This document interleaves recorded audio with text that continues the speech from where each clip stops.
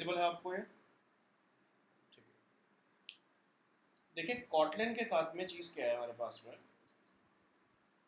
पहली बात तो जो भी हमारे पास प्रोग्रामिंग लैंग्वेज, जिस प्रोग्रामिंग लैंग्वेज का हम लोग यूज़ कर रहे हैं यहाँ पे, या सिस्टमेटिकली जो हम यूज़ करते थे, पहले हम लोग जावा का यूज़ करते थे। ठीक है।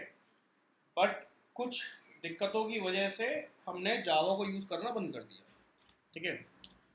उसमें सबसे बड़ी दिक्कतें थी नल पॉइंट एक्सेप्शन। सुना है इसके बारे में आपने?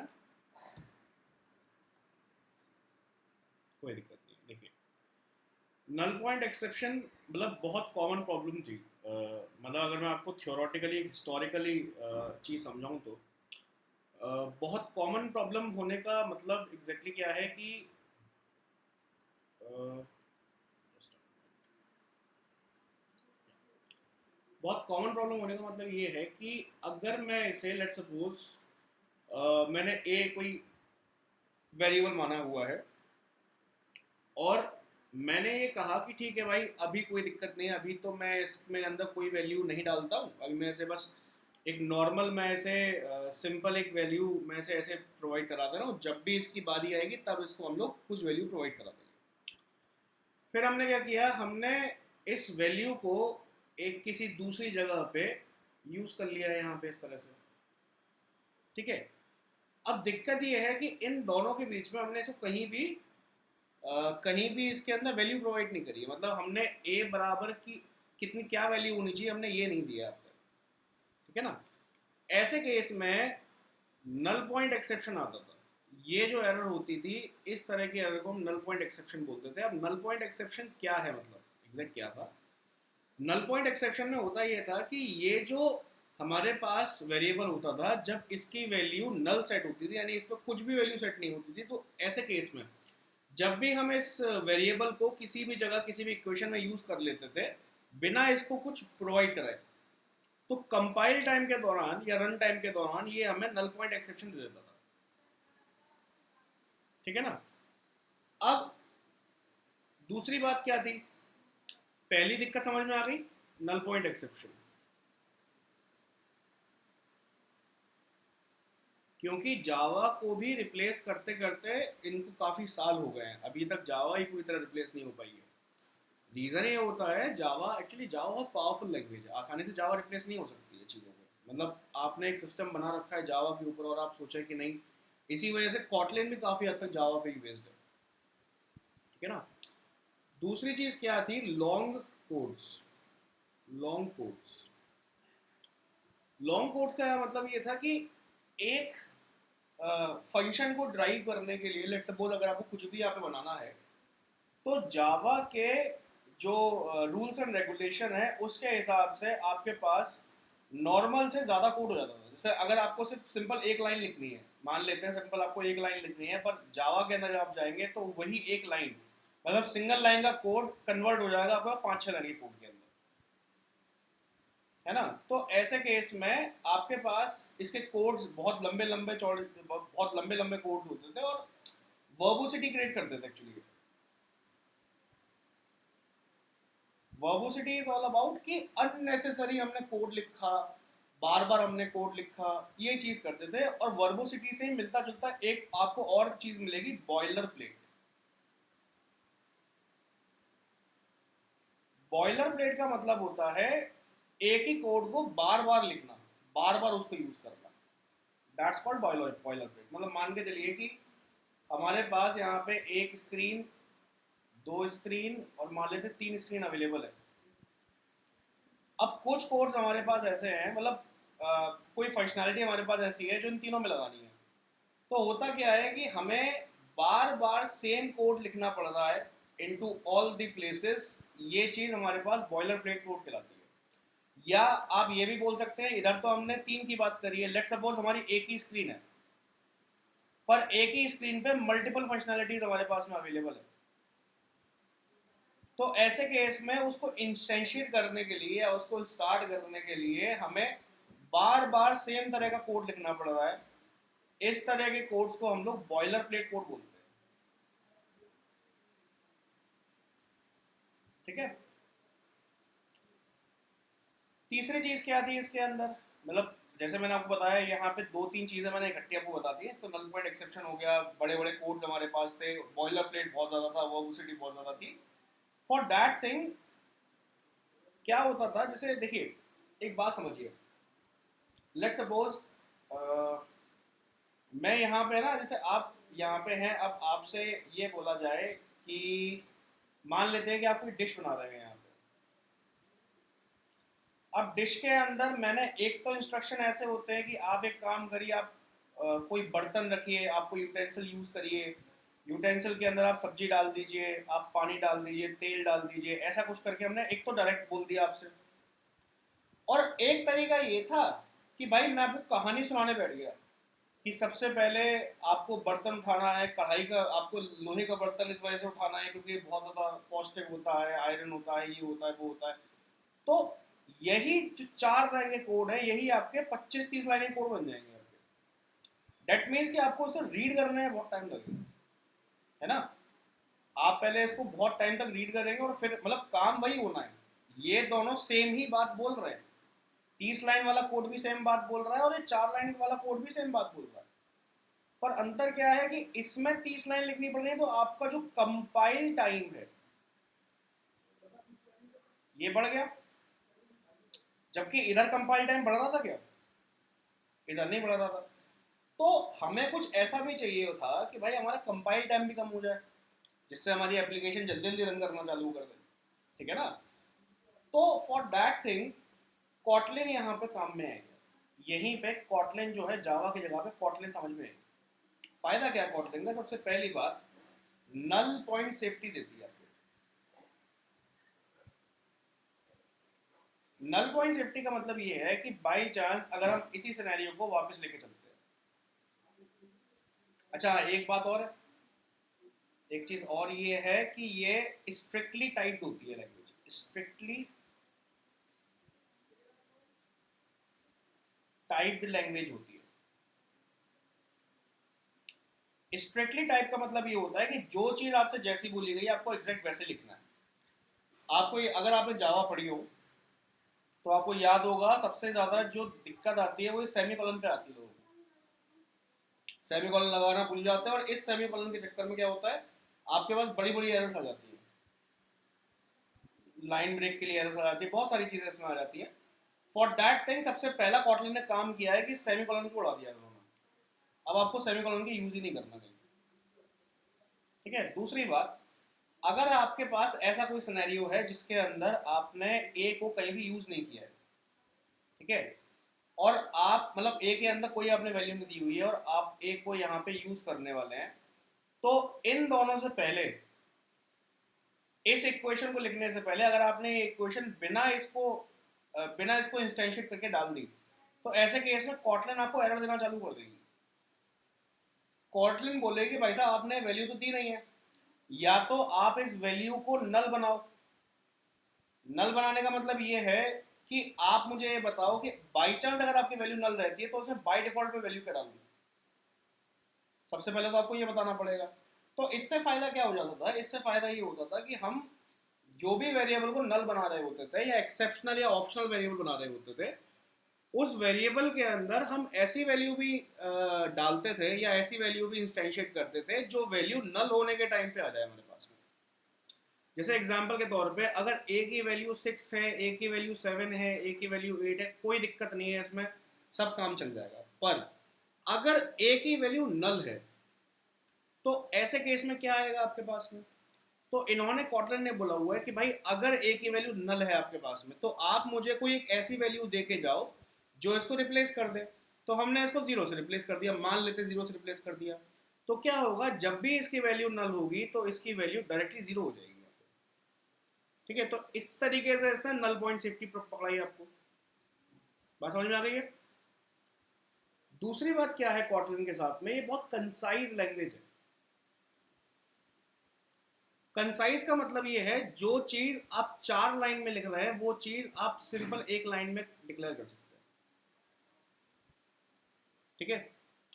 एग्जाम्पल के तौर पे जैसे हमने यहाँ पे दिया स्ट्रिंग लिखा, फिर हमने यहाँ पे कुछ और मेंशन किया, है ना। आपको याद है इसमें फाइनल भी हम लोग मेंशन करते थे, अगर आपने जावा पढ़ी हो तो फाइनल कांस्टेंट वगैरह मेंशन करते थे। इन लोगों ने इसका काम खत्म कर दिया। इन लोगों ने बोला या तो हमारे पास वेरिएबल चेंज म्यूटेबल होगा या इम्यूटेबल होगा, दोनों में से कुछ एक काम होगा हमारे पास। अगर म्यूटेबल म्यूटेबल इम्यूटेबल हो मतलब मालूम है आपको? हाँ जी, म्यूटेबल चेंजेस, चेंजेबल जो होता है, नॉन म्यूटेबल या इम्यूटेबल जो चेंजेबल नहीं होता हमारे पास में, ठीक है ना। तो आपको याद होगा मैंने आपको वार और वेल वाला केस बताया था। वार हमारे पास म्यूटेबल होता है और वेल हमारे पास इम्यूटेबल होता है। हाँ, वेल में हम चेंज नहीं कर सकते। Once declared then we can not be change any kind of thing into well. एक बार डिक्लेयर हो गया तो फिर चेंज नहीं कर सकते। डिक्लेरेशन तक हम इसके अंदर चेंजेस कर सकते हैं, ठीक है। अच्छा, तीसरी बात क्या है, क्योंकि हमने इसके अंदर सिंगल लाइन के अंदर काम करना चालू कर दिया था, इस वजह से ना तो इसके अंदर वर्बोसिटी आई, और ये क्या करता है मतलब कंसाइज होने की वजह से कॉटलिन के पास में कई तरीके, मतलब डायनेमिक प्रोग्रामिंग को ये ना ये बढ़ावा देता है। पहले तक स्टैटिक प्रोग्रामिंग वगैरह होती थी, अब डायनेमिक प्रोग्रामिंग बढ़ावा देता है। तो डायनेमिक प्रोग्रामिंग होने की वजह से आपको मल्टीपल टाइम कोड नहीं लिखने पड़ते, मतलब सेम अलग अलग फंक्शनलिटी बनानी है तो सेम कोड आपको मल्टीपल टाइम नहीं लिखना पड़ेगा। आपने एक बार कोड लिख दिया, उसके बाद में इस कोड को आप री एग्जीक्यूट कर सकते हो या री यूज कर सकते हो। तो इससे क्या होता था, इससे आपका बॉयलर प्लेट कोड भी कम हो गया। ये बात समझ में आ गई आपको? तो इस वजह से थोड़ा कॉटलिन को लोग ज्यादा पसंद करने लग गए, या कॉटलिन को थोड़ा ज्यादा यूज करने लग गए, ठीक है। अच्छा, उसके बाद में अगर हम बात करें यहाँ पे कि कॉटलिन के साथ में और यहाँ पे क्या क्या हो सकता है, तो कॉटलिन कई सारे नए फीचर्स के साथ में भी आती है। ऐसा नहीं है कि कॉटलिन ने बस खाली जावा को सिंपल रिप्लेस किया है, बट कॉटलिन जैसे जावा के अंदर थ्रेडिंग सुना होगा आपने, थ्रेड प्रोग्रामिंग सुना होगा, ठीक है ना। अब थ्रेड प्रोग्रामिंग के साथ में दिक्कत क्या है, दिक्कत माना आपको थ्रेड प्रोग्रामिंग के साथ दिक्कत क्या है? देखिए होता क्या है कि थ्रेड वैसे बहुत अच्छी यूनिट थी। थ्रेड का मतलब क्या था कि मान के चलिए कि आपका कोई भी एक सिस्टम है जो कि क्या कर रहा है, उसके अंदर थ्रेड्स बने हुए हैं, तो उसके अंदर एक मेन थ्रेड बना हुआ है। मेन थ्रेड एग्जैक्टली ओएस का वो पार्ट है जिसके ऊपर बेसिक चीज़ें चल रही हैं, जैसे बटन की क्लिक चल रही है, एनिमेशन चल रहे हैं, ये सारी चीज़ें आपकी चल रही है। अब आपको यहाँ पे एपीआई कॉल करना है। एपीआई कॉल करने के लिए आप यहाँ पे मेन थ्रेड पे काम नहीं करेंगे, मेन थ्रेड को ब्लॉक नहीं करेंगे, इंस्टेड ऑफ इट आप क्या करेंगे, एक बैकग्राउंड थ्रेड बना लेंगे यहाँ पे। इसी के पैरेलल आप एक बैकग्राउंड थ्रेड बना लेंगे, और इस तरह की पैरेलल प्रोग्रामिंग को हम लोग एसिंक्रोनस प्रोग्रामिंग बोलते हैं। एसिंक्रोनस प्रोग्रामिंग इसको बोलते हैं। बात समझ में आई आपको? हम जब पैरेलल प्रोग्रामिंग कर रहे हैं ना, ऐसे जैसे इसके जस्ट पैरेलल, मतलब इसको कुछ कुछ नहीं होगा, मेन थ्रेड पे कोई आंच नहीं आएगी, जो भी काम होगा बैकग्राउंड थ्रेड पे होगा, ठीक है। क्योंकि हमें नहीं मालूम कि एपीआई कॉल करने में कितना टाइम लगेगा, डेटा फैच करने में कितना टाइम लगेगा। हो सकता है ये इंटरनेट के कनेक्शन के ऊपर बेस्ड हो, है ना। हो सकता है कि हमने यहाँ से कॉल भेजा, ये कॉल 5 सेकंड में हमारे पास में आ रहा है, तो 5 सेकंड तक तो अगर मैं इसको मेन थ्रेड पे चला दूंगा, दिक्कत क्या होगा, 5 सेकंड अगर मैंने इसे मेन थ्रेड पे चला दिया तो मेन थ्रेड 5 सेकंड के लिए ब्लॉक हो जाएगा मेरा। 5 सेकंड ब्लॉक होने का मतलब ये है कि आपको 5 सेकंड तक आप कोई एक्टिविटी नहीं कर सकते वहां पे। तो दिक्कत क्या होती थी, 5 सेकंड हम कोई एक्टिविटी नहीं कर सकते तो हमारी स्क्रीन स्टक हो जाती थी वहां पे। अगर स्टक हो गई एक बार तो यूजर ये सोचता है कि हमारा मेरा फोन हैंग हो गया है, वो पूरी पूरी एप्लीकेशन बंद कर देता था, है ना। यही होता था, सोचिए आप भी, यही होगा। तो इसके लिए हमने क्या कहा कि भाई ठीक है, हम तुम्हारे मेन थ्रेड को ब्लॉक नहीं करेंगे, तुम्हारा आगे काम चलता रहेगा, बस क्या होगा, हम एक लोडिंग घुमाते रहेंगे बीच बीच में, हम बताते रहेंगे डेटा लोड हो रहा है हमारे पास में, थोड़ा थोड़ा डेटा लोड हो रहा है, ठीक है। तो ये चीज़ आप किस में करेंगे, बैकग्राउंड थ्रेड में करेंगे। इस पूरे सिस्टम को क्या बोलते हैं, एसिंक्रोनस प्रोग्रामिंग बोलते हैं इसको। अब दिक्कत क्या है, दिक्कत ये है, अच्छा ये चीज़ हम किस में मैनेज करते थे, ये चीज़ हम जावा में मैनेज करते थे, और चाहे तो आप इस चीज़ को कॉटलिन में भी मैनेज कर सकते हैं, पर ये चीज़ जावा के साथ में आती थी, ठीक है, बैकग्राउंड थ्रेड वाली चीज़। अब यहाँ पे बात ये आई कि भाई हम कितने बैकग्राउंड थ्रेड यूज कर सकते हैं। लेट्स सपोज हमारे पास बहुत सारी एक्टिविटीज हैं, बार बार हमें बहुत सारी एपीआई कॉल, एक साथ हमें बहुत सारी एपीआई कॉल करना पड़ रहा है, ठीक है। जैसे मान के चलते हैं कि हमें बैकग्राउंड थ्रेड से कंटेंट भी लोड करना है, हमें इसके अंदर कंटेंट वाली एपीआई भी है, कंटेंट के साथ साथ हमारे पास में एनिमेशन वाली एपीआई भी है, साथ साथ जो भी हमारे पास यूजर जुड़ रहे हैं वो वाली एपीआई भी है। तो आप क्या सोचेंगे कि भाई हम मल्टीपल थ्रेड बना लेते हैं, कोई दिक्कत नहीं, मल्टीपल बैकग्राउंड थ्रेड बना लेते हैं, क्या दिक्कत है? क्योंकि अगर मैं इसी बैकग्राउंड थ्रेड के ऊपर जिसपे ऑलरेडी एक एपीआई कॉल हो रही है दूसरी एपीआई कॉल करा दूंगा तो ये पहली वाली एपीआई कॉल का रास्ता ब्लॉक कर देगी, है ना? तो हमने मल्टीपल बैकग्राउंड थ्रेड बना दिया। दिक्कत यहाँ पे ये है कि हर एक थ्रेड बहुत ज्यादा मेमोरी कंज्यूम करता है, मतलब मेमोरी कंजम्पशन किसी भी थ्रेड का बहुत ज्यादा होता है। ऐसे केस में दिक्कत क्या है, मतलब इस चीज को हम क्या बोलते हैं, जब भी आप इसको पढ़ेंगे ना किसी डॉक्यूमेंटेशन में तो आपसे बोला जाएगा थ्रेड इज सो एक्सपेंसिव, है ना? तो एक्सपेंसिव का मतलब क्या है कि ये बहुत ज्यादा मेमोरी कंज्यूम करता है, ठीक है ना? मतलब जब भी ऐसा बोला जाएगा तो ये expensive in terms of memory है ना? तो मेमोरी कंज्यूम ज्यादा कर रहा है, that's why it's called thread, sorry, memory ज़्यादा कंज्यूम कर रहा है, so it that's why it's called expensive. So यहाँ पे क्या होता है, फॉर दैट थिंग हमें कुछ ना कुछ सोल्यूशन तो चाहिए था इसका, क्योंकि ये बात तो सही है कि मल्टीपल एपीआई कॉल्स हमें चाहिए होते हैं एक बार में, हर बार में एक बार में एपीआई कॉल, सारी एपीआई एक बार में कॉल कर लें, ऐसा पॉसिबल नहीं है। और हमें क्या करना है, हमें यूज़र को एक्सपीरियंस भी ऐसा देना है कि भाई ऐसा ना हो कि यूज़र हमारी ऐप को ही ब्लॉक कर दे पूरी तरीके से। फॉर दैट थिंग यहाँ पे कॉटलिन एक नई चीज लेके आया, नाम था उसका कोरोटीन। हाँ जी, कोरोटीन भी थ्रेड जैसी स्ट्रक्चर्स होते हैं, पर ये थ्रेड से बहुत ज़्यादा बेस्ट होते हैं, अच्छे होते हैं। क्यों? क्योंकि ये लेस मेमोरी कंज्यूम करते हैं, ठीक है? एक बार, अब जैसे आपके बैकग्राउंड थ्रेड का मान लेते काम खत्म हो गया तो आपको बैकग्राउंड थ्रेड बंद भी करना पड़ेगा। कोरोटीन के साथ में ऐसा नहीं है, अगर कोरोटीन का काम खत्म हो गया ऑटोमेटिक बंद हो जाएगा वो, कोई दिक्कत ही नहीं है, ठीक है? तीसरी बात क्या है, क्योंकि वो छोटा सा होता है, कोरोटीन छोटा सा होता है इन कंपेयर टू थ्रेड, तो आप एक ही थ्रेड के ऊपर मल्टीपल कोरोटीन बना सकते हैं। तो आपको मतलब आपको है ना अलग अलग बैकग्राउंड थ्रेड बनाने की जरूरत नहीं है, अलग अलग एपीआईज के लिए। थोड़ा सा मैं इसको आगे ले लेता हूँ, मतलब आपको अलग अलग एपीआईज के लिए अलग अलग बैकग्राउंड थ्रेड बनाने की जरूरत नहीं है। आप एक बैकग्राउंड थ्रेड बनाइए और उसी के ऊपर कई सारे कोरोटीन्स को लॉन्च कर दीजिए।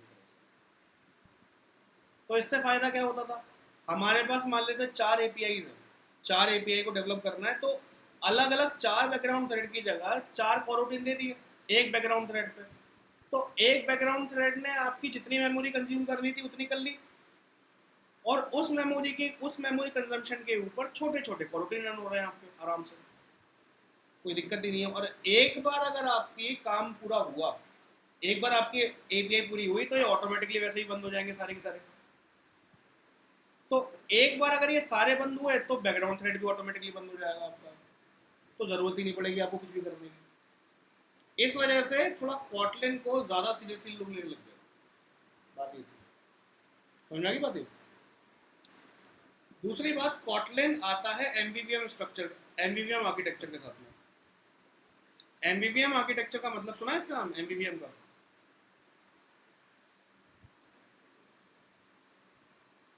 एमवीवीएम एक फाइल, एमवीवीएम को रिकमेंड किया गूगल ने।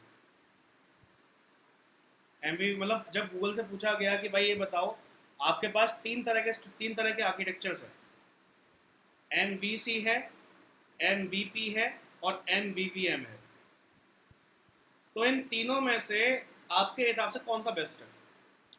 तो गूगल ने कहा आर्किटेक्चर बेस पे एमवीवीएम सबसे बेस्ट है, ठीक है? 3 तरह के आर्किटेक्चर्स में से एमवीवीएम बेस्ट होता है। क्यों होता है? तो MVVM stands for model, view and view model. हाँ, एमवीवीएम।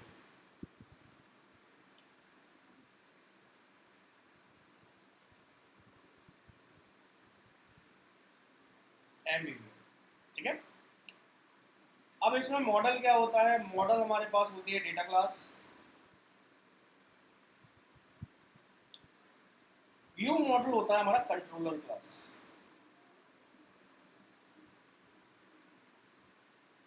और व्यू होता है हमारा यूआई।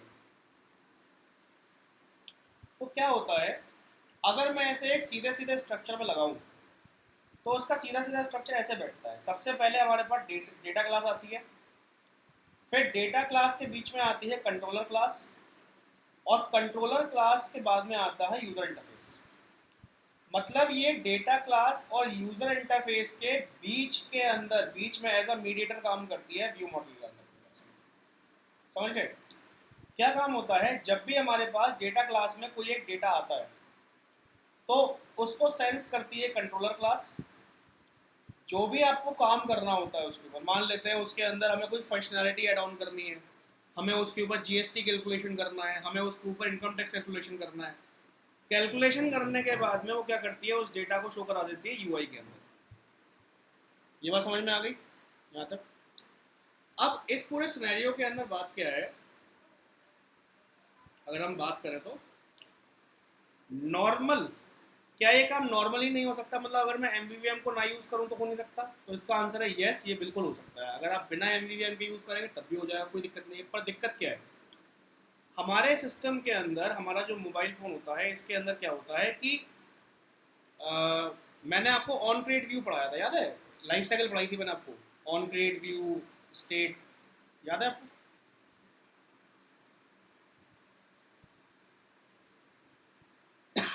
नहीं, मैंने आपको एक है ना वो भी पढ़ाया था शायद, मैंने आपको एक लाइफ साइकिल ही पढ़ाई थी कि जब भी एप्लीकेशन स्टार्ट होगी, है ना?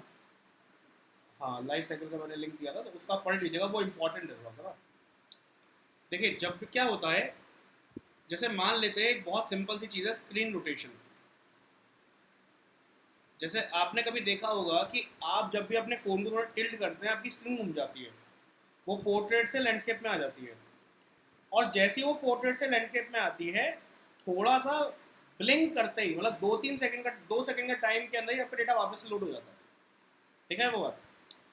अब स्क्रीन रोटेशन क्या है? स्क्रीन रोटेशन एक ऐसा टास्क है या एक ऐसा इवेंट है जिसके अंदर ऑन क्रिएट व्यू वापस से रन होता है। देखिए, ऑन क्रिएट व्यू का मतलब क्या है, क्रिएट व्यू क्या है, या तो ये पोर्ट्रेट आपके लिए बनाएगा या लैंडस्केप आपके लिए बनाएगा। अब क्योंकि आपका रोटेशन चेंज हो गया, इस वजह से आपके जितने भी एलिमेंट्स हैं उनके भी सिस्टम चेंज हो जाएंगे ना, उनकी भी पोजीशन चेंज हो जाएंगी।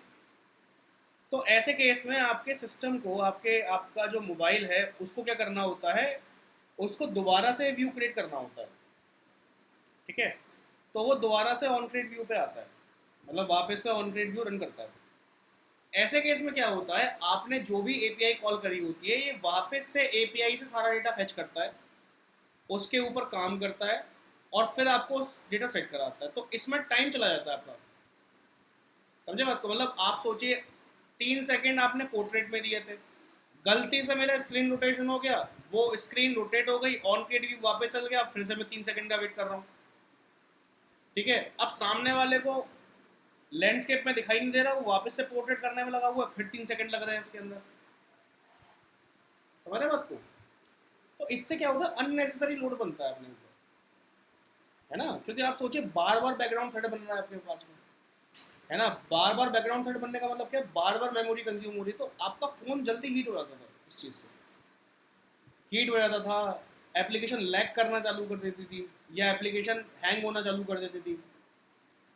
इस चीज़ के लिए एमवीवीएम ने क्या कहा, एमवीवीएम कहता है आप टेंशन मत लो, ये जो कंट्रोलर क्लास है आपके डेटा को आपके डेटा को स्टोर करके रखेगी। जो भी जो भी चीज़ आपने एक बार एपीआई से ले आए हो डेटा क्लास के अंदर, वो स्टोर रहेगा किसके पास में? कंट्रोलर क्लास के पास में। तो अगर आपने स्क्रीन रोटेशन कर भी दिया तो आपको वापस से इस एपीआई को लोड करने की जरूरत नहीं है, डेटा डायरेक्टली लोड हो जाएगा आपके पास में।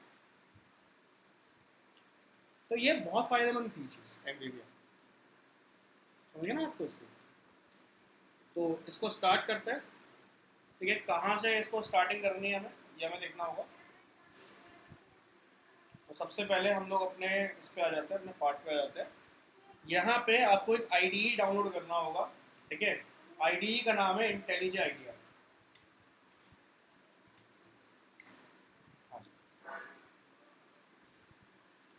आप कर सकते हैं डाउनलोड, कोई दिक्कत नहीं है।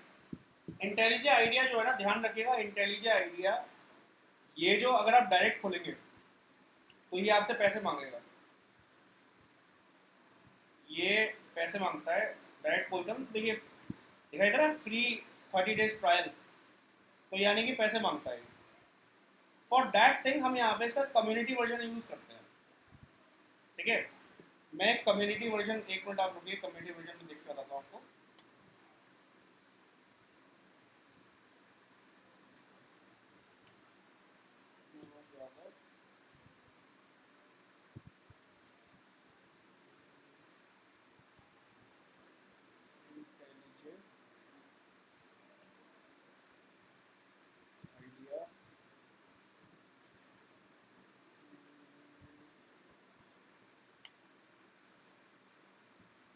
या ये कम्युनिटी वर्जन है हमारे पास में, ठीक है ना। ये मैं आपको भेज देता हूँ, ये देख लीजिए आप। ये लिंक भेज दे रहा हूँ मैं आपको, ये लिंक आप देख लीजिएगा।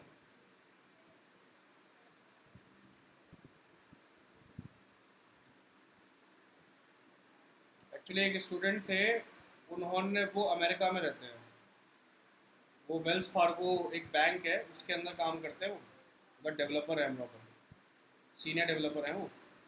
उन्होंने ही लिंक दिया था, मतलब निकाल के इंटेलिजेंट आइडिया का, ठीक है ना। तो ये आपको मैंने लिंक भेज दिया, हाँ ठीक है ना। इसको आप डाउनलोड कर लीजिए, अगर आप अभी डाउनलोड करना चाहें अभी डाउनलोड कर लीजिए, नहीं तो ऐसी कोई दिक्कत नहीं है, आप डाउनलोड कर लीजिएगा इसको, ठीक है। इंस्टॉल कर लीजिएगा, डाउनलोड कर लीजिएगा। अब हमारे पास में पार्ट आता है कि आखिर हम इसकी स्टार्टिंग कैसे करेंगे अपने पास में, ठीक है। तो ये हमारे पास इंटेलिजेंट आइडिया है, ऐसा हमारे पास इंटेलिजेंट आइडिया दिखाई देता है, ठीक है। ये बिल्कुल एंड्रॉयड की तरह दिखाई देता है, बिल्कुल एंड्रॉयड स्टूडियो की तरह। रीज़न क्या है, क्योंकि एंड्रॉयड स्टूडियो को भी इंटेलिजेंट वालों ने बनाया हुआ है, ठीक है। ये देखिए बिल्कुल आपके पास एंड्रॉयड जैसे ही आपको दिखाई देगा ये। अच्छा, हमने क्या किया, यहाँ पे एक नया प्रोजेक्ट हमें बनाना है, तो न्यू प्रोजेक्ट पे जाएंगे। ये सब कुछ आपके पास वैसे का वैसा आएगा। यहाँ पे आपने क्रेडल कॉटलिन सब आपने करा और इसे क्रिएट कर दिया, ठीक है। अच्छा, एडवांस सेटिंग पे जाएंगे, थोड़ा सा आपके पास रैपर क्लास वगैरह ये आई हुई है, ठीक है। क्या वर्जन है, 8.10 वर्जन है। ये आपके पास आपका पैकेज बना हुआ है, अगर आपको अपने पैकेज का नाम चेंज करना है तो पैकेज का नाम भी आप चेंज कर सकते हैं अपने हिसाब से, ठीक है ना। जैसे आपको मैंने पिछली बार बताया था उसके अंदर एंड्रॉइड स्टूडियो के अंदर, याद है, ऐसे ही आप यहाँ पे भी कर सकते हैं, ठीक है। तो मैं एक नया तो नहीं बनाऊंगा, मैं आपको पुराने वाले प्रोजेक्ट में दिखा दे रहा हूँ। ये हमारे पास में पुराना वाला प्रोजेक्ट खुला हुआ है, ठीक है। अब ये जो आपको दिखाई दे रही है, ये आपके पास कॉटलिन है, ठीक है। अब हम कॉटलिन को कैसे यूज करते हैं हमें ये देखना है, ठीक है। तो स्टार्ट करते हैं हम इसके बिल्कुल बिल्कुल इनिशियल फेज से, इसके अंदर स्टार्टिंग करते हैं कि हम आखिर इसके अंदर वेरिएबल कैसे डिफाइन करते हैं। सबसे पहली चीज आती है कि हम इसके अंदर वेरिएबल डिफाइन कैसे करते हैं। वेरिएबल डिफाइन करने के लिए हमें इसके अंदर जो ट्रेडिशनल मेथड आता है, जैसे आपके पास ट्रेडिशनल मेथड क्या आता है कि आप सबसे पहले यहाँ पे एक स्ट्रिंग वैल्यू यूज, मतलब आप सबसे डेटा टाइप मेंशन करेंगे, उसके बाद नेम ऑफ वेरिएबल लिखेंगे आप। तो ऐसा नहीं करना होता है इसके अंदर, ठीक है। इसमें क्या होता है, सबसे पहले हम लोग ये चेक करते हैं कि हमारा वेरिएबल जो है डायनेमिक होगा या स्टैटिक होगा, या आप बोल सकते हैं कि हमारा वेरिएबल सेम रहेगा हर जगह, या चेंजेस म्यूटेबल रहेगा या इम्यूटेबल रहेगा। यानी हमें यहाँ पे वार या वेल को मेंशन करना होगा सबसे पहले। उसके बाद में हमें क्या करना होगा, हमें यहाँ पे नेम ऑफ वेरिएबल यूज करना होगा कि किस नाम से आप वेरिएबल बनाना चाहते हैं, ठीक है। उसके बाद में हमें यहाँ पे कॉलन का साइन लगाना होगा।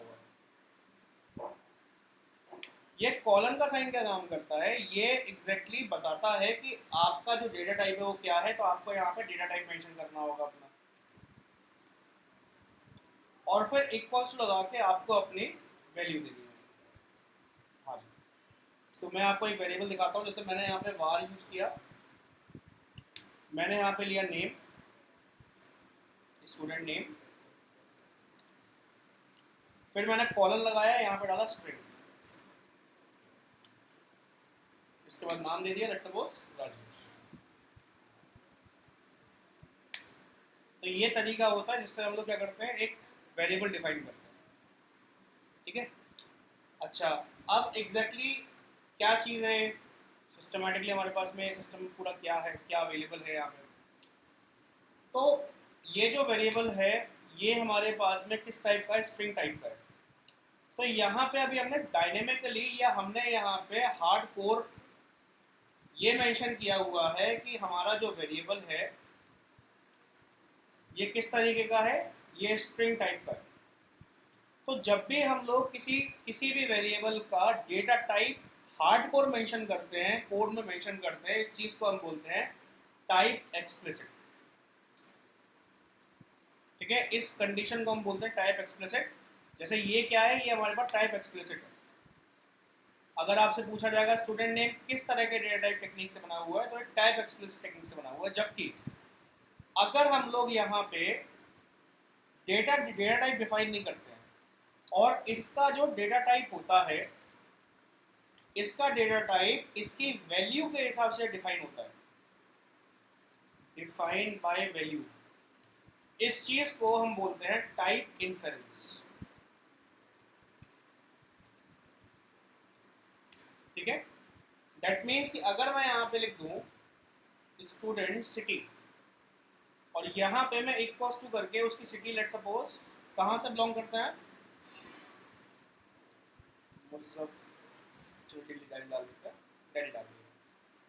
तो अब इसमें अंतर क्या है, ये हमारे पास में है टाइप एक्सप्लिसिट और ये हमारे पास में है टाइप इन्फेरेंस। अंतर मतलब वैल्यू में अंतर नहीं है, दोनों है ही स्ट्रिंग के, दोनों स्ट्रिंग के हैं पर टेक्निक अलग है। एक में टाइप एक्सप्लिसिट यूज हो रहा है, दूसरे में टाइप इन्फेरेंस यूज हो रहा है। ये वाली बात क्लियर हो गई पूरी। ठीक है, चलिए उसी तरीके से अब देखिए क्योंकि वार है तो अब वार के अंदर क्या कर सकते हैं, लेट्स सपोज इसको हम प्रिंट कर लेते हैं। प्रिंट लाइन हमने यूज किया है यहाँ पे, और प्रिंट लाइन के अंदर अच्छा ये एक फंक्शन मांगता है, बिना मतलब बिना फंक्शन के हम इसे डायरेक्टली कॉल नहीं कर सकते। फॉर दैट थिंग हमें एक फंक्शन मेन फंक्शन यूज करना होता है। हाँ, जैसे मेन फंक्शन उसमें इसमें हमने मेन फंक्शन यूज करना होगा और मेन फंक्शन के अंदर हमें यहाँ पे अपने सारे कोड्स को यूज करना होगा। तो जैसे मैंने यहाँ पे डाला स्टूडेंट सिटी, स्टूडेंट नेम। अब अगर मैं इसे रन कराता हूँ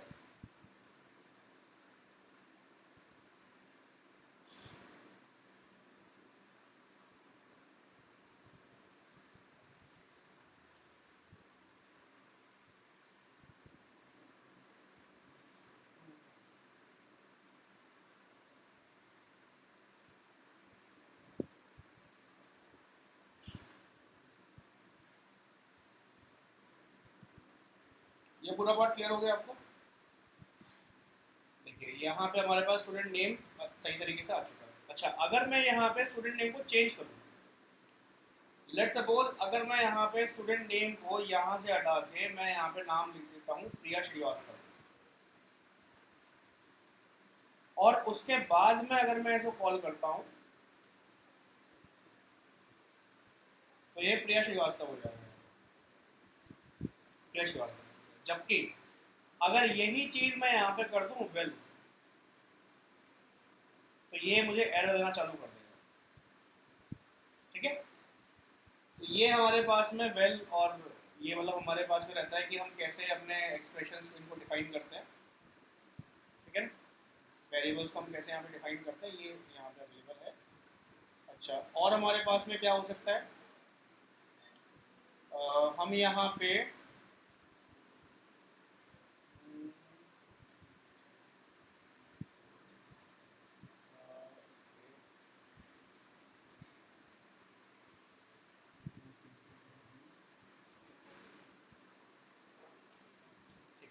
हम यहाँ पे डेटा टाइप देख लेते हैं इनका, डेटा टाइप कौन कौन से होते हैं आपके पास में। ठीक है ना, वेरिएबल तो ऐसे डिफाइन होते हैं। अगर आप इंटीजर कोई डिफाइन कर रहे हैं यहाँ पे, इंटीजर भी ऐसे डिफाइन होता है। जैसे मैंने यहाँ पे बर्थ ईयर बोला, तो बर्थ ईयर मुझे यहाँ पे इंटीजर चाहिए, तो लेट्स सपोज मैंने यहाँ पे अपना कोई बर्थ ईयर डाल दिया। या अगर आप डायरेक्टली चाहें तो बिना इसके भी काम कर सकते हैं, इसमें भी कोई दिक्कत नहीं है। ठीक है ना, तो बात दोनों ही अवेलेबल है। ठीक है ना। अच्छा, कौन कौन से हमारे पास में डेटा टाइप हमारे पास कौन कौन से अवेलेबल रहते हैं? तो सबसे पहले हमारे पास डेटा टाइप रहता है इंटीजर, जो कि होल नंबर रहता है। दूसरा हमारे पास आता है डबल, जो हमारे पास में डेसिमल वैल्यूज रहती है। ठीक है। तीसरा हमारे पास आता है स्ट्रिंग, जो हमारे पास आता है टेक्स्ट। चौथा हमारे पास आता है बुलियन, लॉजिकल हो गया ट्रू या फॉल्स। ठीक है। पांचवा हमारे पास आता है कैरेक्टर, जिसे हम कार बोलते हैं, यानी लेटर। सिंगल कोई कैरेक्टर होता है वो यहाँ पे आ गए। तो ये सारे हमारे पास बेसिक डेटा टाइप्स होते हैं। आप और भी डेटा टाइप्स हमारे पास जनरली अवेलेबल रहते हैं। ठीक है ना। डेट टाइप वगैरह भी होता है, there are lot of things. ठीक है ना, नंबर ऑफ कई सारी चीज़ें इसके अंदर आ जाती हैं। अब जैसे अगर हम लोग मतलब टाइप के बारे में बात करें तो इंटीजर के अंदर ही शॉर्ट आता है, इंट आ जाता है, लॉन्ग आ जाता है। ये है ना, इनकी मेमोरी कैपेसिटीज के ऊपर बेस्ड होता है, क्या उसमें होना है क्या नहीं होना है, डिपेंड करता है। हाँ जी, हाँ जी, इस तरह से इसमें बात रहती है। तो ये सारे इसमें पॉइंट्स रहते हैं जनरली। ठीक है। ओके, यहाँ पे हमारे पास डबल के साथ में एक चीज़ और आ जाती है, मतलब डबल के अंदर ही एक तो डबल तो रहते हैं, डेसिमल वैल्यूज में फ्लोट भी आ जाता है हमारे पास। छोटी वैल्यूज के लिए फ्लोट होता है, बड़ी वैल्यूज के डबल होता है हमारे पास। ठीक है। यहाँ तो कोई डाउट है आपको? ठीक है ना। अच्छा, इसका टाइप कन्वर्जन कैसे होता है? अगर हमें टाइप कन्वर्जन ऐसा करना होता है, मतलब इसका डायरेक्टली इसके अंदर टाइप कन्वर्जन नहीं होता। अगर हमें इसका टाइप कन्वर्जन करना होता है तो हमें जावा की तरह ही टू इंट टू लॉन्ग इस तरह से हमें इसको यूज़ करना होता है। एग्जाम्पल के तौर पे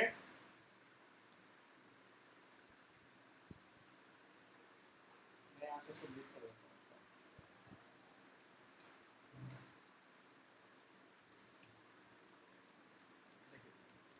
अब यहाँ पे हमने क्या किया, यहाँ पे हमने वैल्यू दे दी है एक्स की, लेट्स सपोज 50 मैंने यहाँ पे वैल्यू दे दी है। अब मैं ये चाहता हूँ कि इसके ऊपर मैं डेसिमल ऑपरेशन करूँगा, तो फॉर दैट थिंग हमें इसे सबसे पहले, या मैं इसके ऊपर कोई बड़ा ऑपरेशन करने वाला हूँ, फॉर दैट थिंग मुझे इसे बड़े यूनिट में कन्वर्ट करना है। तो मैंने यहाँ पे y लिया, मैंने यहाँ पे बोला कि भाई ये जो y की वैल्यू है ये बड़े नंबर्स को, बड़े होल नंबर्स को स्ट्रॉन्ग यूज़ करेगी। तो मैंने यहाँ पे लॉन्ग का यूज़ किया, इज इक्वल्स टू, मैं किसको यूज़ करूँगा, मैं यहाँ पे x वेरिएबल को यूज़ करूँगा और उसको कन्वर्ट कर दूंगा लॉन्ग के अंदर।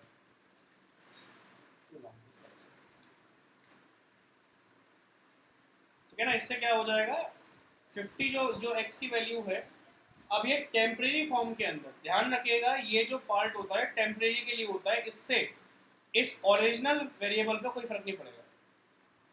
ठीक है ना, ये हमारे पास टेम्परेरी फॉर्म के लिए होता है। इस टेक्निक को हम बोलते हैं पार्सिंग। ठीक है, इसको हम बोलते हैं पार्सिंग, यानी पार्स करना डेटा को एक जगह से दूसरे, मतलब एक पॉइंट से दूसरे पॉइंट पे इसको लेके जाना। क्लियर हो गई बात है आपको? ठीक है। अब यहाँ पे हम ऑपरेटर्स की एक बार बात कर लेते हैं, कौन कौन से नंबर ऑफ ऑपरेटर्स हमारे पास में है।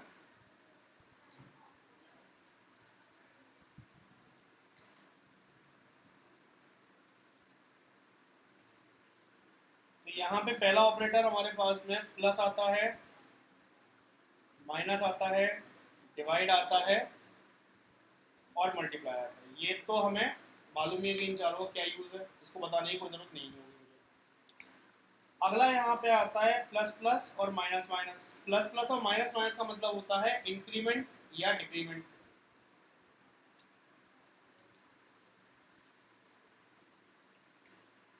इंक्रीमेंट या डिक्रीमेंट किसका, +1 वैल्यू का।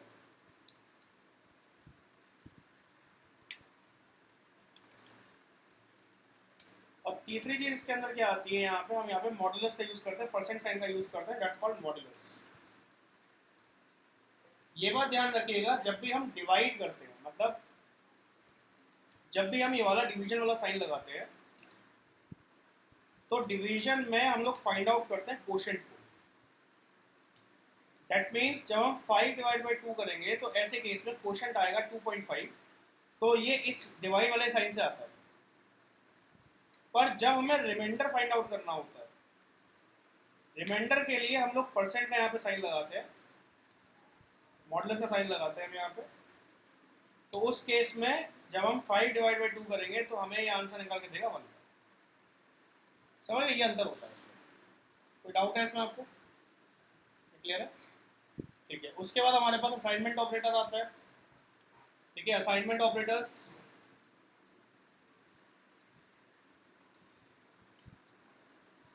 सबसे पहले असाइनमेंट क्या है, इक्वल्स टू के साइन को हम असाइनमेंट ऑपरेटर बोलते हैं।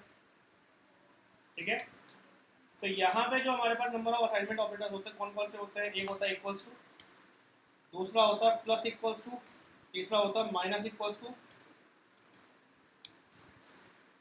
चौथा हमारे पास होता है मल्टीप्लाई इक्वल्स टू, पांचवा होता है हमारे पास डिवाइड इक्वल्स टू, छठा होता है हमारे पास परसेंट इक्वल्स टू, और सातवां होता है हमारे पास डबल इक्वल्स टू। कंपेयर करने के लिए होता है, कंपेयर करने के लिए। तो ये हमारे पास असाइनमेंट की मतलब वैल्यू असाइन करने के लिए यूज होता है, वैल्यू असाइनिंग। ये वाला जो हमारे पास पार्ट है प्लस इक्वल्स टू का जो हमारे पास पार्ट होता है, इसका मतलब ये होता है कि हमें जो वैल्यू इंक्रीज करनी है वो एक पर्टिकुलर नंबर के बिहाफ पे इंक्रीज करनी है। मतलब रीअसाइनमेंट तो हम नहीं कह सकते, मतलब अभी रीअसाइनमेंट आपने किसको कहा है मुझे ये नहीं मालूम है, तो मैं आपको इक्वेशन बता दे रहा हूँ, आप बताइएगा इसके अंदर। तो हमने इक्वेशन लिखी है x equals to X plus 3। तो यहाँ पे क्या है, हम हर बारी पे हर एक पार्ट पे 3 को ऐड करना चाहते हैं, तो हम इसको क्या कर देंगे, हम इसे प्लस इक्वल्स टू 3 कर देंगे। तो इसके अंदर क्या होता है, ये क्या करेगा, ये बार बार हर बार x की वैल्यू के अंदर 3 को ऑटोमेटिक प्लस करता चला जाएगा।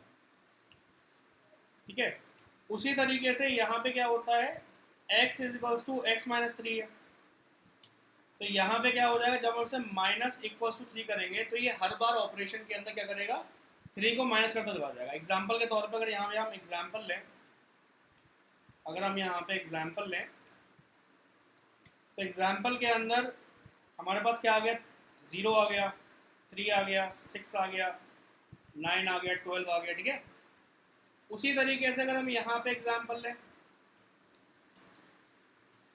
तो क्या हो गया, 12 आ गया, 9 आ गया, 6 आ गया, 3 आ गया, 0 आ गया, इस तरह से। ठीक है, अच्छा उसके बाद में अगर हम लोग यहाँ पे मल्टीप्लाई का यूज़ कर रहे हैं तो इसकी इक्वेशन बन जाती है x मल्टीप्लाई बाय 3, इस तरह से। तो ये कुछ ऐसे काम करता है, मल्टीप्लाई इक्वल्स टू 3। इसका क्या मतलब हो जाएगा, एग्जाम्पल अगर हम देखें तो इसका मतलब 3 की टेबल आपकी चालू हो जाएगी, 3 1 टाइम इज 1, 2 टाइम 6। हाँ जी, ठीक है। सिमिलरली ये डिवाइड में आ जाएगा, ये आपके पास मॉडुलस में आ जाएगा, और डबल कोट्स डबल स्क्वायर का मतलब होता है, डबल असाइनमेंट का मतलब होता है कंपेयर करना। मतलब हमारे पास x की कोई वैल्यू है, y की कोई वैल्यू है, अब ये क्या कर रहा है, हाँ x को डबल इक्वल्स टू y की x के अंदर जो वैल्यू अवेलेबल है वो y के अंदर है कि नहीं, ये चीज़ है। ठीक है, इसमें कोई डाउट है आपको? कोई डाउट नहीं, ठीक है। तो असाइनमेंट ऑपरेटर के साथ में ही हम लोग कंपैरिजन ऑपरेटर्स के बारे में भी बात कर लेते हैं।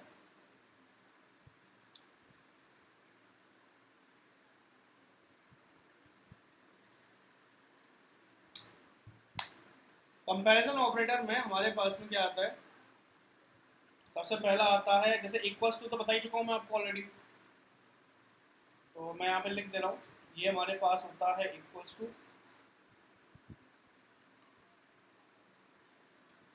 उसके बाद आता है हमारे पास, ये होता है हमारे पास नॉट इक्वल्स टू।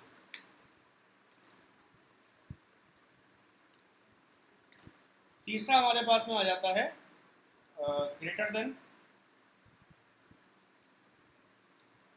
चौथा हमारे पास में आ जाता है लेसर देन। पांचवा हमारे पास में आता है इस तरह से, तो ये हो गया greater than equals to.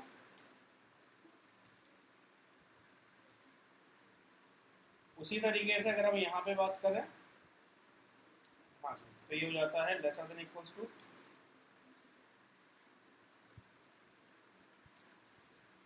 Similarly अगर हम यहाँ पे, चलिए यही तक है, ठीक है, बात क्लियर हो गई है आपको, है ना। उसके बाद हमारे पास लॉजिकल ऑपरेटर्स आते हैं,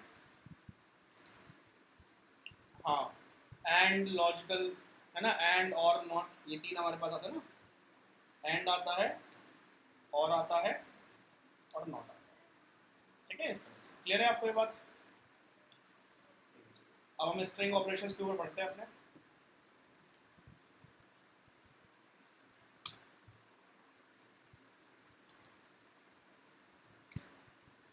स्ट्रिंग ऑपरेटर्स का मतलब या स्ट्रिंग ऑपरेशंस का मतलब क्या होता है कि देखिए, हमारे पास दो तरह के ऑपरेशंस होते हैं।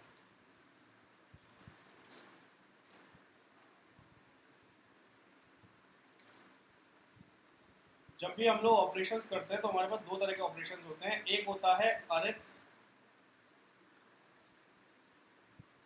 ऑपरेशन, एंड दूसरा होता है हमारे पास स्ट्रिंग ऑपरेशन। अरिथमेटिक ऑपरेशन के अंदर सारे के सारे मैथमेटिकल ऑपरेशंस होते हैं, जबकि स्ट्रिंग ऑपरेशंस के अंदर हम लोग बात कर रहे होते हैं टेक्स्ट की। बात समझ में आ गई आपको? ठीक है, तो जब हम लोग यहाँ पे स्ट्रिंग ऑपरेशन की बात करते हैं, तो स्ट्रिंग ऑपरेशन में जो टेक्स्ट होता है, इस टेक्स्ट के साथ में हम कैसे काम करते हैं। फॉर एग्जांपल, हमने यहाँ पे एक वैल्यू बनाई बार, और मैंने यहाँ पे नाम रखा स्टूडेंट, या लेट सपोज स्टूडेंट डाल दो, चलिए स्टूडेंट नेम डाल दिया। हमने यहाँ पे स्ट्रिंग डिफाइन कर दिया। अब ये कौन सा है, टाइप इन्फेरेंस है, टाइप एक्सप्लिसिट है, एक्सप्लिसिट है। रीजन,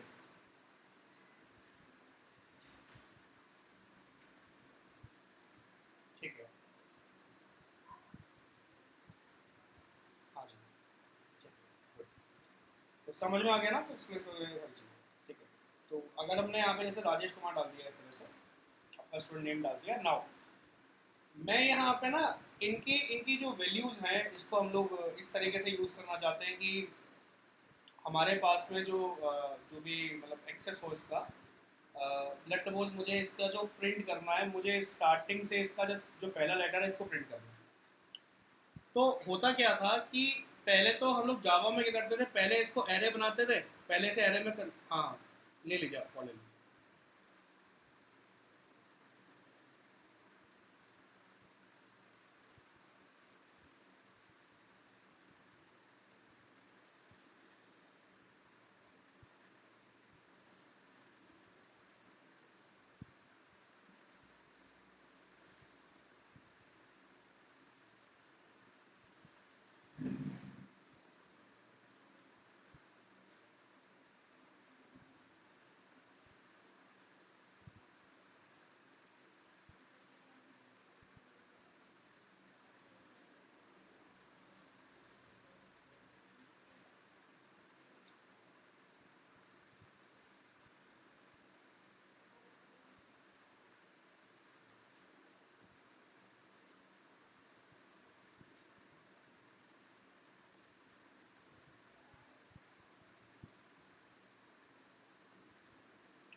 देखिए, जावा के अंदर क्या होता था, पहले हमें इस पूरे टेक्स्ट को कन्वर्ट करना होता था एक एरे के अंदर, फिर जाके हम इसके ऊपर टेक्स्ट ऑपरेशन कर पाते थे।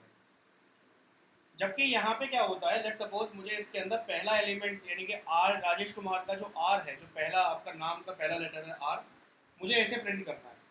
फॉर दैट थिंग हमें कुछ करने की जरूरत नहीं यहाँ पे होगी, हमें बस यहाँ पे प्रिंट लाइन लिखना होगा, और आपकी जो भी वैल्यू हो, जैसे आपके पास स्टूडेंट नेम है, स्टूडेंट नेम को कॉल किया, यहाँ पे ये हमने स्क्वायर ब्रैकेट लगाया और यहाँ पे जीरो लिख दिया है। तो ये क्या करेगा, ये ऑटोमेटिकली इसको एरे में कन्वर्ट करके आपके पास वैल्यू ले आएगा, बिना हमें यहाँ पे एरे में खुद से कन्वर्ट करने की जरूरत नहीं पड़ रही है, खुद से कन्वर्ट कर ले रहा है। यही चीज कंसाइज कोड होती है। अब आप देखिए कितने आप लोग कितना इसमें काम बच गया। हाँ, सबसे पहले आप इसको जावा में पहले जावा में सबसे पहले आप इसके अंदर एरे में कन्वर्ट करते हैं, एरे में कन्वर्जन के बाद में फिर आप इसकी वैल्यू को लेके आते, जबकि यहाँ पे कॉटलन में आपने डायरेक्टली नाम लिया और डायरेक्टली आपने इसका एरे बना लिया। अब आप देखिए, अगर मैं यहाँ पे प्रिंट एलन करता हूँ, और मैंने यहाँ पे 1 लिख दिया है, उसी तरीके से लेट सपोज मैं यहाँ पे 2 लिख देता हूँ, 3 लिख देता हूँ, 4 लिख देता हूँ, तो क्या होगा यहाँ पे आपकी जो वैल्यूज होंगी ये यहाँ पे प्रिंट होके आ जाएंगी लाइन में।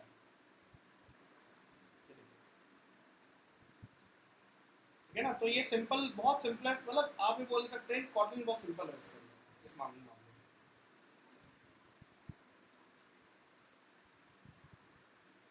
हाँ ठीक है, अगला चीज़ हमारे पास क्या है कि हम इसकी लेंथ जैसे पता करना चाह रहे हैं कि हमारे पास लेंथ क्या है इसकी। लेंथ के लिए भी आपको कुछ बहुत ज़्यादा करने की ज़रूरत नहीं है, आप सिंपल यहाँ पे जैसे हमने यहाँ पे प्रिंट किया, प्रिंट लाइन हमने यहाँ पे किया और यहाँ पे हमने स्टूडेंट नेम लिखा, डॉट लेंथ लिख दिया, तो डायरेक्टली लेंथ में कन्वर्ट कर।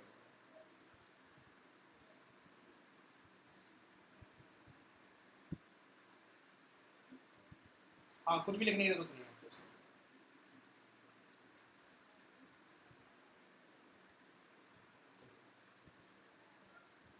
ठीक है,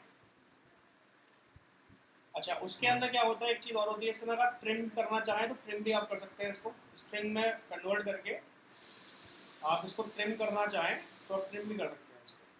ठीक है, टू स्ट्रिंग डॉट, ठीक है, तो अगर हम ट्रिम करते हैं तो ट्रिम से क्या होता है हमारे पास में जो, हाँ उसको रिमूव कर देगा। ठीक है, अगला हमारे पास क्या आता है, यहाँ पे हम लोगों के पास फंक्शंस आते हैं, स्ट्रिंग के फंक्शंस आते हैं, फंक्शन ऑफ स्ट्रिंग। कौन कौन से स्ट्रिंग के फंक्शंस हमारे पास होते हैं, अपर केस होता है, लोअर केस हमारे पास हो सकता है, हाँ प्रॉपर भी हमारे पास हो सकता है, तो यहाँ पे मल्टीपल केसेस हमारे पास में है, जैसे अभी हमारे पास में इस तरह से है, या भी हमारे पास प्रॉपर केस में अवेलेबल है, तो मैं यहाँ पे करने वाला हूँ उसे प्रिंट लाइन और यहाँ पे हमने student name dot to upper case कर दिया या अपर केस कर दिया, टू अपर केस हमने इसको इस तरह से कर दिया। ठीक है, अब यहाँ पे ये मुझे कुछ एरर दे रहा है, ये डेप्रिकेट हो गया क्या,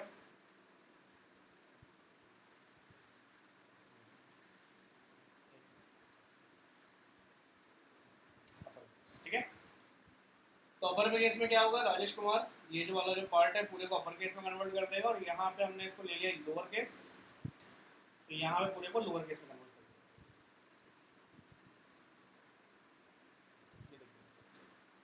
ठीक है, इसमें कोई डाउट है आपको? उसी तरीके से हम यहाँ पे कंपेयरिंग स्ट्रिंग का भी यहाँ पे, या तो हम लोग यहाँ पे फाइंडिंग फंक्शन, एक और फंक्शन हमारे पास में होता है, इसे हम बोलते हैं इंडेक्स ऑफ। इंडेक्स ऑफ में क्या होता है, ये आपके पूरे के पूरे सेंटेंस को पकड़ता है, पूरे के पूरे पार्ट को पकड़ता है, और वहां से आप इसको जो वर्ड बोलेंगे उस वर्ड को उठाएगा। ठीक है, तो जैसे हमने यहाँ पे किया, हमने यहाँ पे प्रिंट लाइन करा, और प्रिंट लाइन करने के बाद हमने यहाँ पे लिया student name dot index of, इस तरह से, और इंडेक्स ऑफ के अंदर हमने यहाँ पे मेंशन कर दिया कि भाई हमें राजेश जो वैल्यू है इसको बताओ कि ये कहाँ पे है, या ये वैल्यू एग्जैक्टली है कहाँ पे, ये वैल्यू कहाँ से एक्सट्रैक्ट हो रही है। तो आप देखिए ये बता रहा है कि जीरो पे हमारे पास, ये जीरो से हमारे पास में, मतलब जीरो पोजीशन से हमारे पास स्टार्ट हो रही है ना। अगर मैं यहाँ पे कुमार डालता हूँ, देख लेते हैं कहाँ से स्टार्ट हो रहा है, फिर 7th पोजीशन से स्टार्ट हो रहा है। देखिए 6 से आपके पास ये है, 7th पे आपके पास ये है, और 7th पोजीशन से आपके पास स्टार्ट कर रहा है। ठीक है, ये वाली बात क्लियर हो गई? हाँ, 0 से पोजीशन स्टार्ट होता है। ठीक है, अच्छा उसके बाद में क्या आता है आपके पास, स्ट्रिंग के कंपैरिजंस आते हैं।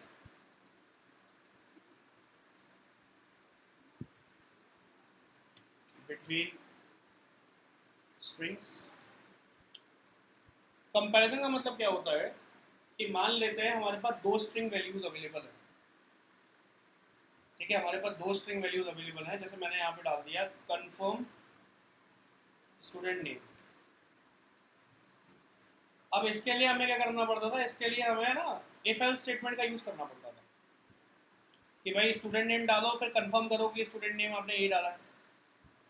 तो फॉर दैट थिंग हम बहुत सिंपल सा एक स्ट्रिंग ऑपरेशन का यूज करके ही इसको कन्वर्ट कर सकते हैं, इसको कंपेयर कर सकते हैं बिना इफ एल्स के। अब हमारे पास में यहाँ पे राजेश कुमार, दोनों में राजेश कुमार लिखा हुआ है, तो हमें ये कंपेयर करना है कि क्या स्टूडेंट नेम और कंफर्म स्टूडेंट नेम इन दोनों के अंदर जो वैल्यूज पड़ी हुई हैं, क्या ये दोनों वैल्यूज सेम है, ठीक है। तो हम यहाँ पे क्या करेंगे, यहाँ पे हम लोग प्रिंट लाइन लिखेंगे, यहाँ पे हम लोग लिखेंगे student name dot compare to, और किससे कंपेयर करना है हमें इसे, हमें इसे कंपेयर करना है कंफर्म स्टूडेंट नेम से।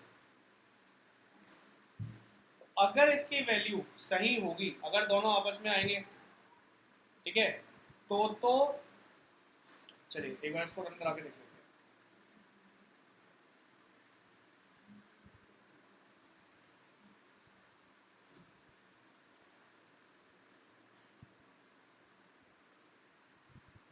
देखिए हमारे पास 0 आ रहा है, दैट मीन्स दोनों के दोनों इक्वल है। अगर मैं यहाँ पे नाम हटा देता, तब देखते हैं,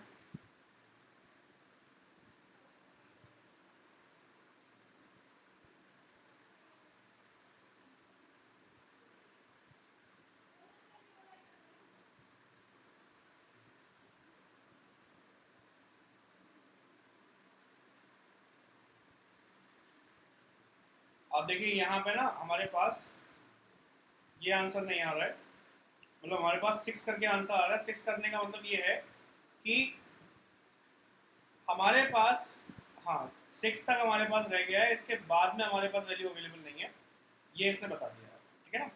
मतलब सीधी सीधी बात है, अगर आपके पास वैल्यू 0 से बड़ी है तो मतलब दोनों के दोनों इक्वल नहीं है। If values is greater than 0, वो फॉल्स केस आपके पास होगा, सीधी सीधी बात, ठीक है ना। तो आपको बस ये चीज़ चेक करनी है कि आपके पास 0 वैल्यू आ रही है, 0 से बड़ी आ रही है। 0 आ रही है ठीक, 0 से बड़ी आ रही है तो आप जानते हैं क्या करना है इसके अंदर। अगला हमारे पास जो ऑपरेशन आता है, जो फंक्शन आता है, ये होता है कंकैटिनेशन। कंकैटिनेशन जानते हैं क्या होता है? हाँ जी,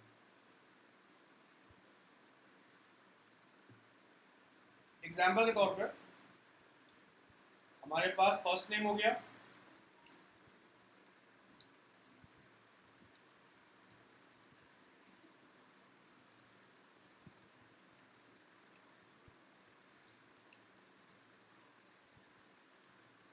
तो हम लोग जब भी कंकैटिनेशन करेंगे तो कंकैटिनेशन कैसे होगा, इसके अंदर प्रिंट लिखा हमने, और प्रिंट लाइन के अंदर हमने बोल दिया first name plus last name. मैं लास्ट नेम डाला था, सेकेंड नेम डाला था, तो ये कंकैटिनेशन हो जाएगा आपके पास में। प्लस यूज कर लीजिए इसके अंदर, कोई दिक्कत नहीं, ठीक है। कोई डाउट है इसमें आपको?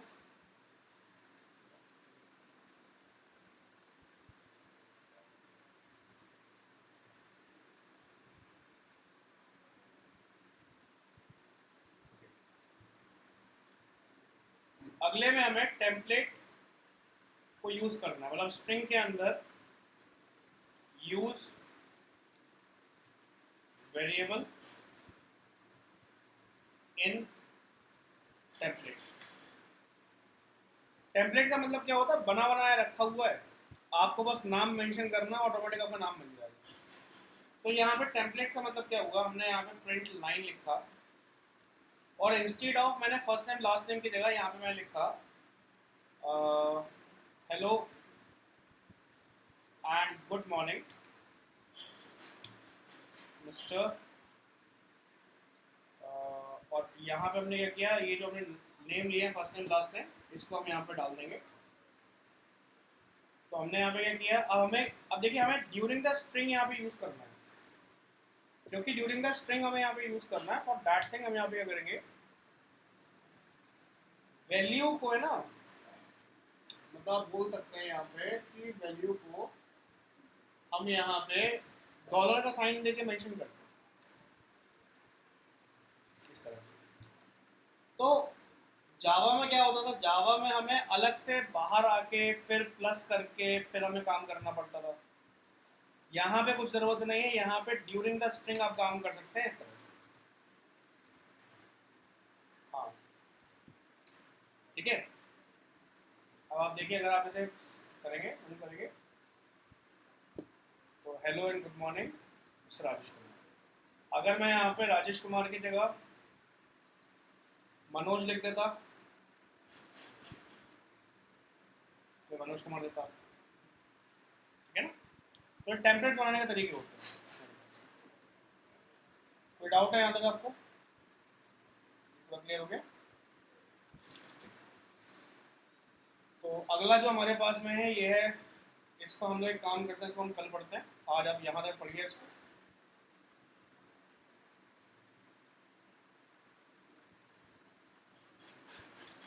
कॉटलिन, हाँ बोलिए बोलिए।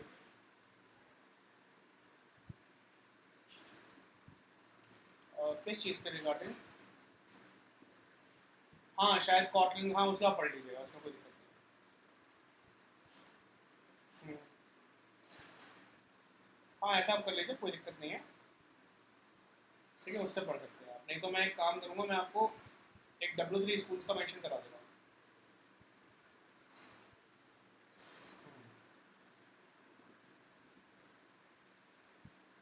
ये लेके आ गया आपके पास है?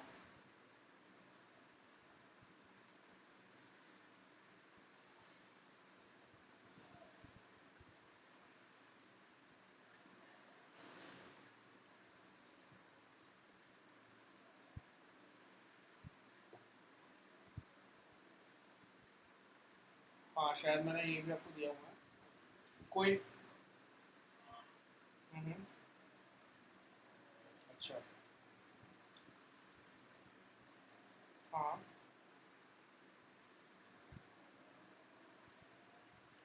अच्छा, वो 3 लिंक मैं बताऊँ आपको, वो उसके लिए होंगे, वो अलग चीज़ है वो, उसको हाँ अलग चीज़ होगी वो, उसकी कोई दिक्कत नहीं है, वो मैं देख लेंगे उसको, ठीक है। आप आज ये करिए।